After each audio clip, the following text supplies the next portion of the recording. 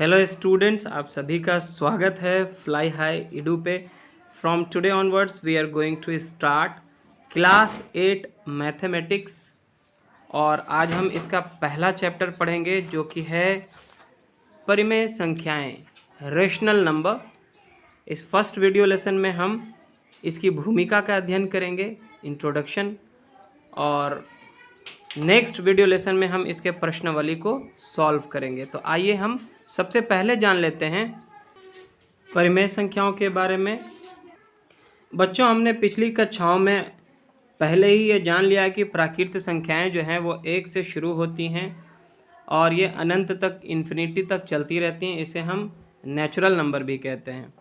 और जब हम प्राकृतिक संख्याओं के परिवार में ज़ीरो को भी शामिल कर लेते हैं और संख्या जो है वो 0 से शुरू होकर 0, 1, 2, 3, 4, 5 और ये अनंत तक चलती रहती है, तो इसे हम पूर्ण संख्याएं या फिर होल नंबर्स कहते हैं। और जब हम पूर्ण संख्याओं के परिवार में ऋणात्मक संख्याओं को भी जोड़ देते हैं तो वे जो है पूर्णांक बन जाते हैं। देखिए, पूर्णांक क्या होता है? पूर्णांक में जो है निगेटिव नंबर्स भी होते हैं। मान लिया जाए कि ये 0 है, 1, 2, 3, 4, ये क्या है? पूर्ण संख्याओं के उदाहरण हैं। और जब पूर्ण संख्याओं में हम निगेटिव यानी कि माइनस वाली संख्याओं को भी ले आते हैं, शामिल कर लेते हैं, तो ये क्या कहलाता है? ये यहाँ अनंत तक बढ़ती रहेगी और ये भी यहाँ पे अनंत तक बढ़ती रहेगी। ये क्या कहलाता है? पूर्णांक कहलाता है। पूर्णांक में 0 भी होता है, धनात्मक संख्याएं भी होती हैं और ऋणात्मक संख्याएं भी होती हैं। उसके बाद हमने भिन्न के बारे में भी पढ़ा था। भिन्न जिसको हम फ्रैक्शन बोलते हैं, फ्रैक्शन। और ये क्या होता है? जो संख्याएं हम p/q के रूप में लिखते हैं, बटा के रूप में लिखते हैं, जिसमें से इसे जो है p को हम अंश बोलते हैं, न्यूमरेटर, और ये जो है हर कहलाता है, जिसको हम डिनोमिनेटर भी कहते हैं। तो ये भिन्न संख्याएं जो है वो p/q के रूप में होती हैं, जिसमें से जो हर है, इसका जो q है, वो कभी भी 0 नहीं होना चाहिए। ये हमने भिन्न में पढ़ा था। आज हम पढ़ेंगे परिमेय संख्याओं के बारे में। परिमेय संख्याएं भी कुछ इसी प्रकार की होती हैं, सिर्फ एक इसमें भिन्नता है कि भिन्न हमेशा क्या होता है? धनात्मक होता है। जैसे 1/2, 5/2, 3/2 या 4/5, ये सब भिन्न हैं और धनात्मक हैं। इसके आगे ऋणात्मक चिन्ह नहीं है।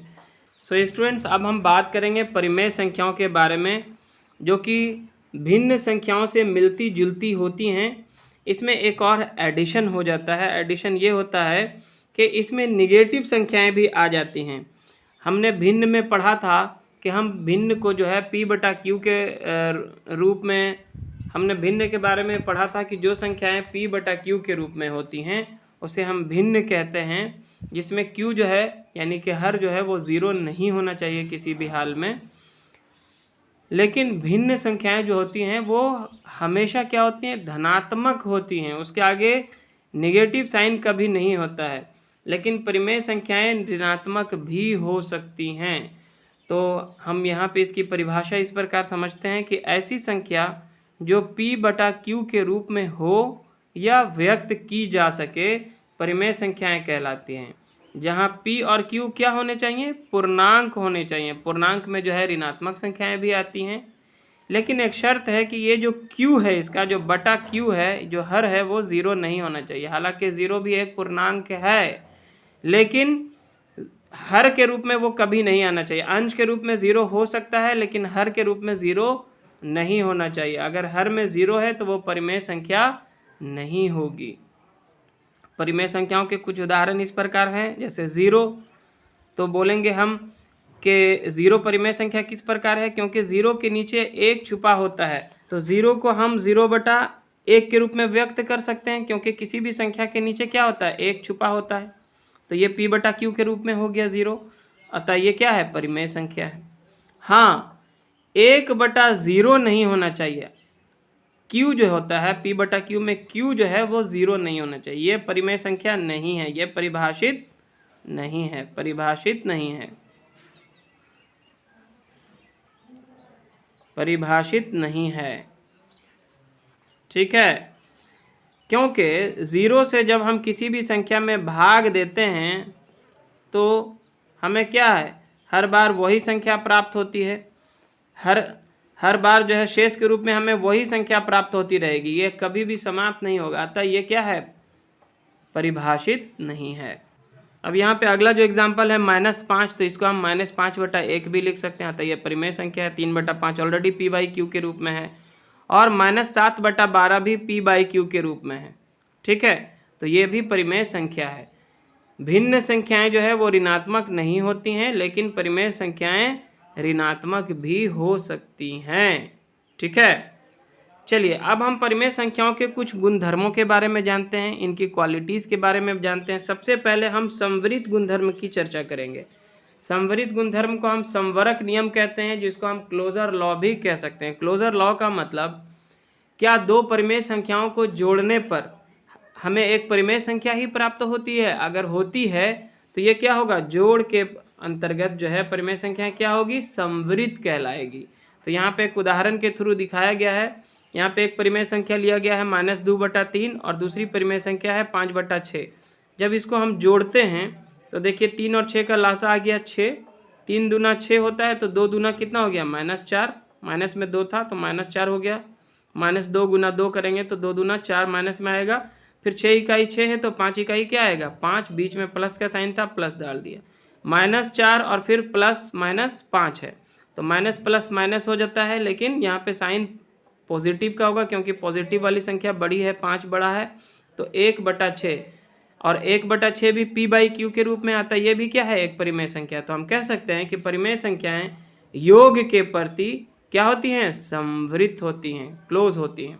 और इसी प्रकार जब हम दो परिमेय संख्याओं को घटाते हैं तो भी हमें एक परिमेय संख्या ही प्राप्त होती है।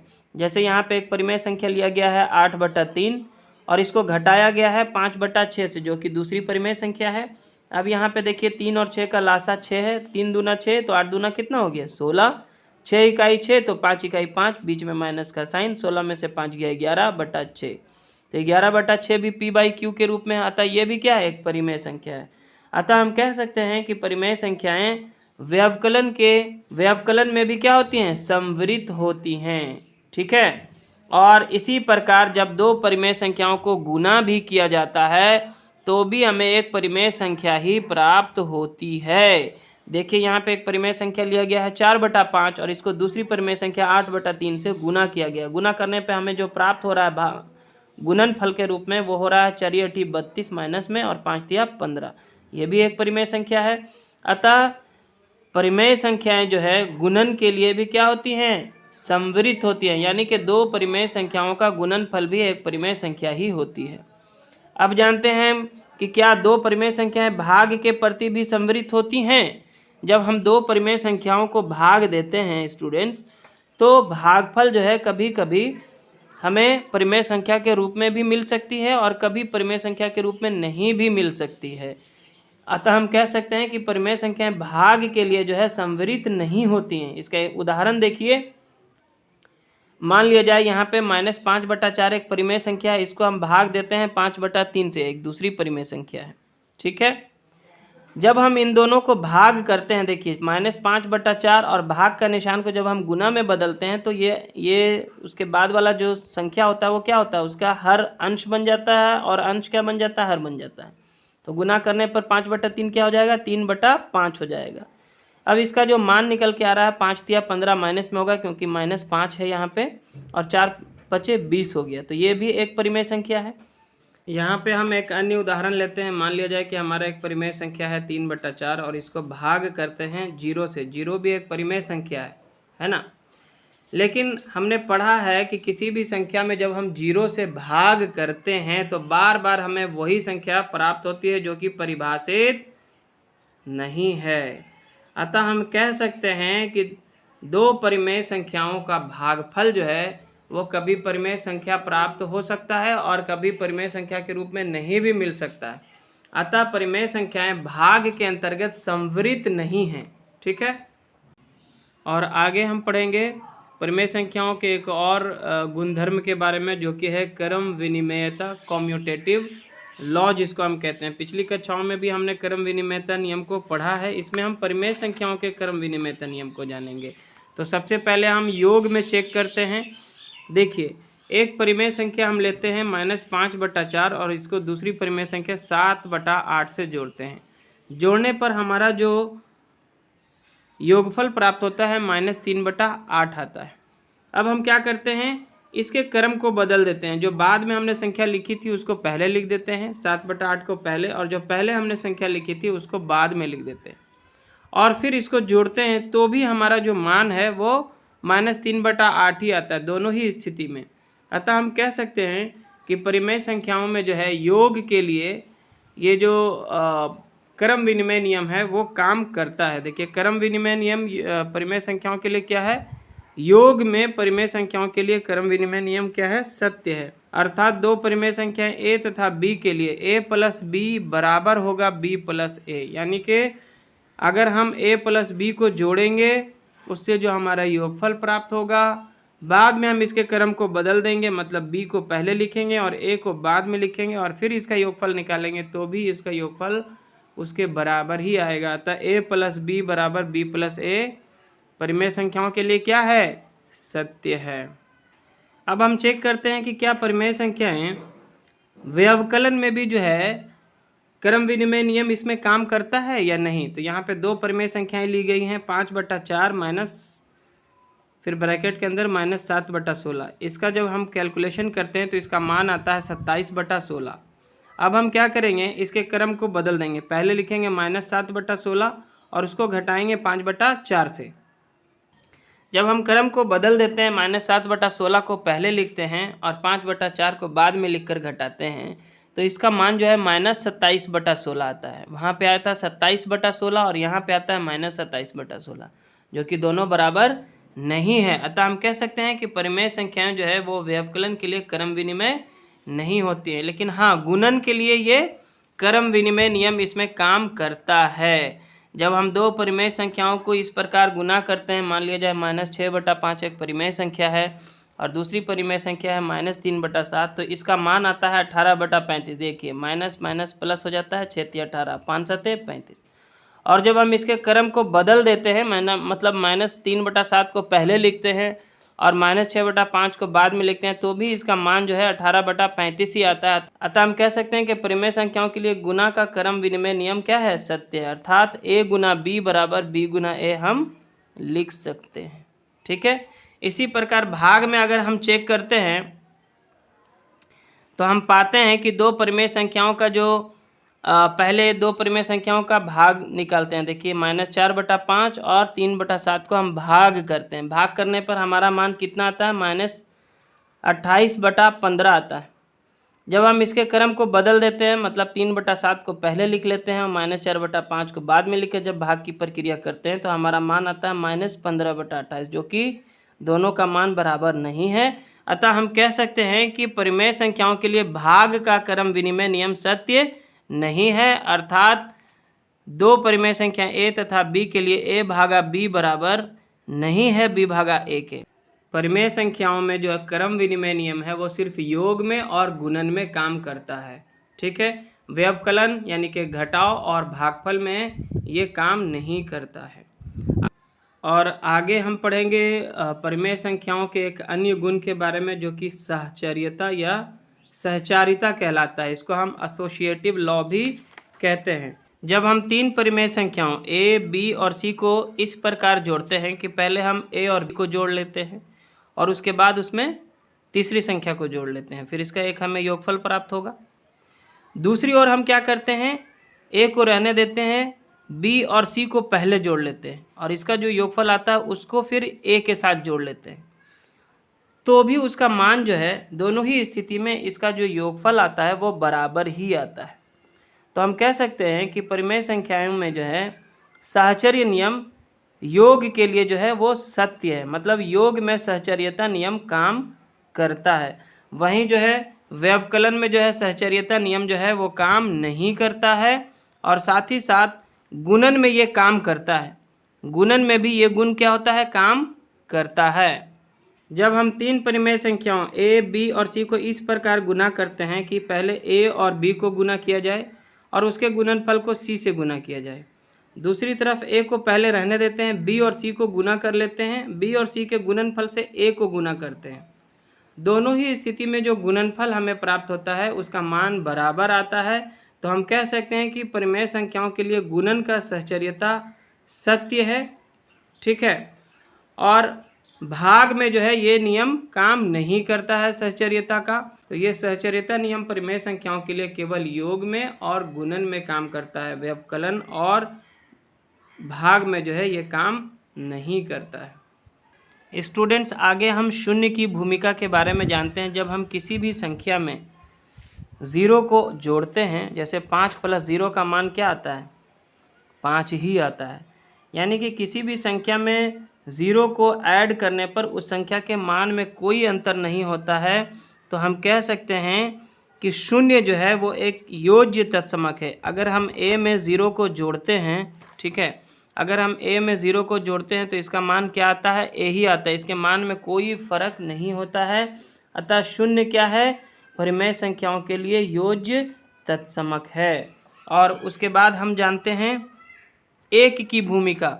जब हम किसी संख्या में एक से गुना करते हैं, ठीक है, तो उस संख्या के मान में कोई अंतर नहीं आता है। जब हम 8 को 1 से गुना करेंगे तो इसका मान क्या आएगा, 8 इकाई 8 ही आएगा। तो इस प्रकार हम कह सकते हैं कि ये एक जो है परिमेय संख्याओं के लिए क्या है, इस प्रकार हम कह सकते हैं कि जब हम किसी परिमेय संख्या में 1 से गुना करते हैं तो गुणनफल के रूप में हमें फिर से वही संख्या प्राप्त होती है। इस प्रकार एक क्या है, गुणात्मक तत्समक है। ठीक है, आगे हम बात करेंगे योज्य प्रतिलोम या फिर एडिटिव इन्वर्स के बारे में। ठीक है, जब दो संख्याओं का योग्य शून्य हो तो वे दोनों संख्याएं एक दूसरे के क्या कहलाती हैं, योज्य प्रतिलोम कहलाती है। मान लिया जाए 2 में हम कौन सी ऐसी संख्या को जोड़ें कि हमारा योगफल 0 आ जाए, तो 2 में अगर हम -2 को जोड़ लेते हैं तो हमारा योगफल क्या हो जाएगा, 0 हो जाएगा। देखिए 2 + -2, इसका मान क्या आएगा, 2 में से 2 गया तो 0। तो अतः 2 और -2 दोनों एक दूसरे के क्या हैं, योज्य प्रतिलोम हैं। योज्य प्रतिलोम को हम एडिटिव इन्वर्स भी कहते हैं। और अब हम जानते हैं व्युत्क्रम अथवा गुणात्मक प्रतिलोम के बारे में, जिसको हम अंग्रेजी में मल्टीप्लिकेटिव इन्वर्स भी कहते हैं। जब दो संख्याओं का गुणनफल 1 हो तो वे दोनों संख्याएं एक दूसरे की क्या कहलाती हैं, व्युत्क्रम कहलाती हैं। उदाहरण के तौर पे हम 2 को लेते हैं, 2 का व्युत्क्रम क्या होगा, देखिए 2 के नीचे 1 छुपा होता है, इसका व्युत्क्रम हो जाएगा 1/2। ठीक है, व्युत्क्रम का मतलब उल्टा, अंश को हर बना देना और हर को अंश बना देना। अब देखिए इसका मान क्या आएगा, ऊपर नीचे 2 2 कट गया तो ऊपर 1 नीचे भी 1, 1/1 मतलब क्या आएगा, इसका मान 1 ही आएगा। तो जब दो संख्याओं का गुणनफल 1 आए तो वे दोनों संख्याएं एक दूसरे के क्या हैं, व्युत्क्रम है। तो 2 का व्युत्क्रम क्या होगा, 2 का व्युत्क्रम जो है या गुणात्मक प्रतिलोम जो है वो क्या होगा, 1/2 होगा, क्योंकि जब हम 2 को 1/2 से गुना करेंगे तो इसका मान क्या होगा, 1 हो जाएगा। तो गुणात्मक प्रतिलोम बनाने के लिए हमें कुछ नहीं करना है, जो दी गई संख्या है, मान लिया जाए यहाँ पे 3/5 का गुणात्मक प्रतिलोम निकालना है, तो हम क्या करेंगे, केवल इसका उल्टा कर देंगे, 5/3 लिख देंगे, तो इसका हमारा गुणात्मक प्रतिलोम प्राप्त हो गया। अब आप देखिए 5 5 ऊपर नीचे गया, 3 3 ऊपर नीचे गया, इसका मान क्या आ जाएगा, 1 आ जाएगा। और अंत में हम परिमेय संख्याओं के एक अन्य गुणधर्म के बारे में पढ़ते हैं, जो कि कहलाता है वितर्कता नियम कहलाता है, डिस्ट्रीब्यूटिव लॉ जिसको कहते हैं, गुणन का योग पर वितरण जिसको हम कह सकते हैं। यहाँ पे देखिए a Guna b + c bracket के अंदर में है, इसको हम इस प्रकार लिख सकते हैं, a Guna b + a Guna c के रूप में। और अगर घटाओं में होगा a गुना b - c है तो इसको हम इस प्रकार लिख सकते हैं, a Guna b - a Guna c, दोनों का मान जो है बराबर ही होगा। तो ये हो जाता है हमारा डिस्ट्रीब्यूटिव लॉ। और इस प्रकार स्टूडेंट्स हमने इसकी भूमिका का अध्ययन कर लिया है। आई होप कि आपके लिए ये हेल्पफुल रहेगा और आगे के वीडियो लेसन में हम प्रश्नावली 1.1 को सॉल्व करेंगे। तो तब तक के लिए हमें दीजिए इजाज़त, और अगर आपको ये वीडियो लेसन अच्छा लगा तो लाइक करें, अपने दोस्तों के साथ शेयर करें और चैनल पर नए हैं तो सब्सक्राइब ज़रूर कर लें। Thanks for watching.